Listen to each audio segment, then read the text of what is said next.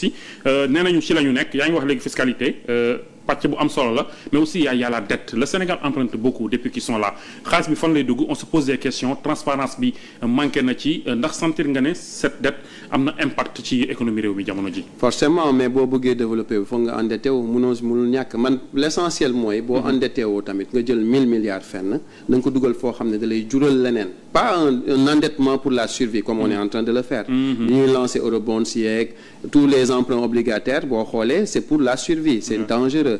Tu vas payer avec li ñu doon épinglé ci rapport bi les commissions les intérêts etc. mais di nga ko fay. parce que tu empruntes à des taux énormément extrêmement élevés te ils se sont tiré une balle dans le pied parce que ñoom ñoo génn ne y a 4000 milliards de dettes dessus voilà dettes cachées. léegi le marché ne va plus te faire confiance. Ça, donc tu t'es tiré une balle dans le pied. même le débat bi instauré wu jamono ji avec FMI. enquête bi mu soxla woon ci ñoom te joxaguñ ko ay résultats ba tey pour gën a mën a indiwaat xaalis jox ko Sénégal. li ma dégg ñuy wax dafa mel ni ñoom ñoo rejeté l'emprunt FMI mais en réalité je pense que c'est le FMI qui n'est pas prêt à prêter. parce que boo xoolee tant que le fameux rapport là n'est pas tiré au clair. mais duñu am emprunt FMI on en a besoin 1200 milliards tu ne craches pas dessus. bu fekkoon da nga amoon partenaire technico-financier. comme Chine Russie Inde. boo xam ne am na doole wala nga dugg adhérer au BRICS par exemple. nga mën a am un marché. boobaa bu la neexee nga ne FMI soxlatuma la parce qu'il y a une nouvelle banque de développement boo xam ne mën na substituer wu au FMI à la Banque mondiale. mais amagoo ko donc da ngay xam stratégiquement nan nga war a def donc ñoom nañu xoolaat seen toogaay. par rapport ak tout ce qui est politique de fiscalité. par rapport à tout ce qui est emprunt. le rapport moi je l'ai toujours dit le rapport de la Cour des comptes je l'ai relu.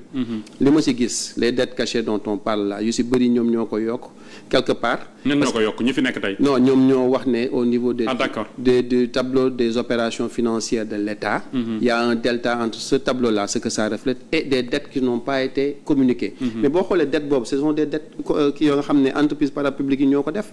Sénélec. FERA pour les routes, les autoroutes, l'entretien autoroutier, l'ANAM pour le patrouilleur maritime, Air Afrique pour l'aéronef. Donc ce sont des dépenses utiles. Donc maintenant, bu fekkee ne c'est caché, n'empêche. yow yaa Moustapha Ba ba mu nekkee ndem si yàlla na ko yàlla yërëm. ba mu fi nekkee comme ministre des finances il a dit devant le gars du FMI. ki fi ñëw Gemayel la.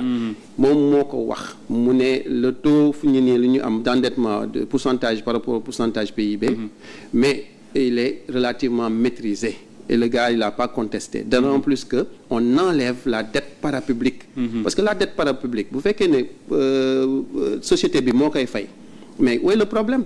donc rapport bi je ne dis donc pas que donc dette cachée ci dette parapublique bi la dugg nga bëgg a wax. quelque part il y a 2200 milliards yoo xam ne ci dette parapublique bi la. boo leen demee ngeen xool ko ci tableau. donc foofu nébuleuse amu fa. foofu amul ñu ko bëgg a jaayee demeewul noonu. non ñoom nee nañ communiqué wuñu leen ko. parce que y a le ministère des finances et du budget le ministère de l'économie et de la coopération du plan. ñoom ñoo waroon communiquer yenn dettes yi. peut-être loolu je peux leur accorder ça. maintenant pour man booy gérer état tu ne gères pas un marché. tu ne gères pas une boutique. tu dois faire attention dans tes déclarations. c'est important boo ñëwee ne sama dëkk dafa caché 4 mais qui va te prêter. donc ñun on subit cette situation là. donc endogène